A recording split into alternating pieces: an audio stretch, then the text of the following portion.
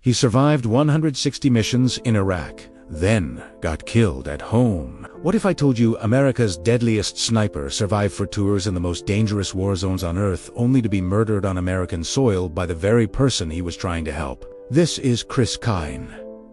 160 confirmed kills, survived countless firefights. Came home a hero, and then the war followed him back. Because some battles don't end when you leave the battlefield. Stick with me, because what happened to Chris Kyle proves that sometimes the most dangerous enemy isn't overseas. It's the one inside your own head. February 2nd, 2013, a shooting range in rural Texas. Chris Kyle, the most lethal sniper in U.S. military history, is lying dead on the ground, shot multiple times in the back and head. Next to him, his friend, Chad Littlefield, also dead, and standing there, holding the gun, a Marine veteran named Eddie Ray Ruth. A guy Chris was trying to help, a fellow soldier suffering from PTSD. Chris thought taking him shooting would be therapeutic, would help him heal. Instead, it got him killed. But here's what nobody talks about. This wasn't random. This was the war that never really ended. The war that Chris brought home in his head, in his soul, and in the broken veterans he desperately tried to save. Chris Kyle survived 160 confirmed enemy kills in Iraq for deployments to the most dangerous cities, Fallujah, Ramadi, places where every window could hide a sniper, every doorway could hide an ambush. He protected American soldiers by killing insurgents before they could attack. He was so effective, so deadly, that insurgents put an $80,000 bounty on his head. They called him the Devil of Ramadi. But Chris survived it all.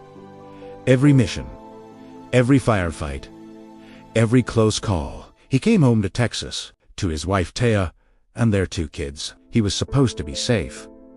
The war was supposed to be over.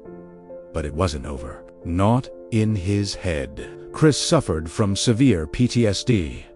Nightmares, flashbacks, survivors, guilt-eating him alive. He'd saved countless American lives by taking enemy lives, but the weight of those deaths haunted him. He couldn't sleep, couldn't relax, couldn't be the husband and father he wanted to be.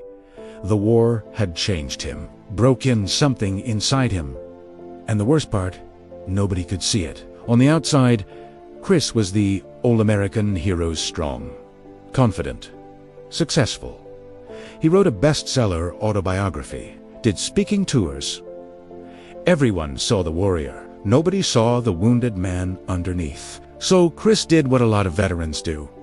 He tried to help others. If he couldn't fix himself, maybe he could fix other broken soldiers. He spent his time working with veterans suffering from PTSD, taking them shooting, talking to them, trying to show them they weren't alone. And that's how he met Eddie Ray Ruth, a Marine veteran, severely damaged, psychotic episodes, paranoid delusions. Chris thought he could help, thought that brotherhood, that connection between soldiers, would make a difference. February 2nd, 2013. Chris takes Eddie and his friend Chad to a shooting range. It's supposed to be therapeutic. Shoots them both multiple times, kills them, then drives away in Chris's truck.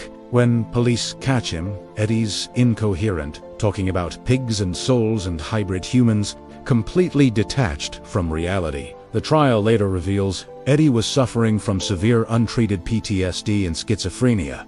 The war had destroyed his mind, and in his broken state, he killed the one person trying to save him. Here's what kills me about this story. Chris Kyle survived 160 combat missions, survived insurgents actively trying to kill him, survived 4 deployments to the deadliest war zones, and he died in Texas, on a shooting range, killed by a fellow American veteran. The war didn't get him overseas. It got him at home, because the real enemy wasn't the insurgents in Iraq. It was the invisible wounds that soldiers carry back with them. PTSD, trauma, the psychological scars that don't show on the outside, but destroy you from the inside. Chris was trying to fight that enemy, trying to save other veterans the way he wished someone could save him. And it cost him his life. Some wars don't end when the shooting stops. Sometimes they follow you home, and sometimes they kill you years after you thought you were safe.